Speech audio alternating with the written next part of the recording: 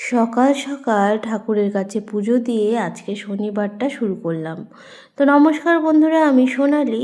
আজ শনিবার, সকালবেলা স্নান করে রেডি হয়ে গেছি, কারণ আছে রান্না। রান্না করে যেতে হবে স্কুলে। আজ শনিবার, তাই নিরামিষ। সকালে কফি বসিয়ে দিয়ে এদিকে কড়াইয়ে বাঁধাকপি বসিয়ে দিয়েছি।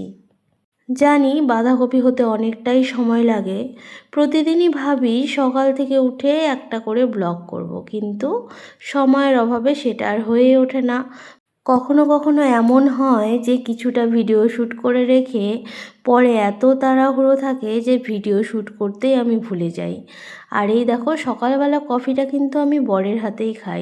এরপরে চলে এসেছিলাম স্কুলে। ওই যে বললাম না, ভাবি ভিডিও করব, কিন্তু মাঝখানের ভিডিও নিতে একদম ভুলে যাই। যেমন এই ভিডিওটা কিন্তু অনেক দিন আগেকার, যখন প্রচণ্ড ঠান্ডা ছিল, কিন্তু গ্যালারিতে পড়েছিল, আমি দেখিনি, এডিট করাও হয়নি। স্কুল শেষে বসেছিলাম ওয়েটিং রুমে, সেখান থেকে যাব পড়াতে।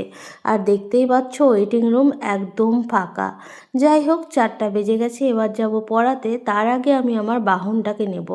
বাহনটাকে নিয়ে হেলমেট পরে রেডি হয়ে গিয়ে চলে গেলাম পড়াতে। সেখানে পড়িয়ে যখন বাড়ি ফিরছি, দেখো একদম সন্ধে হয়ে গেছে।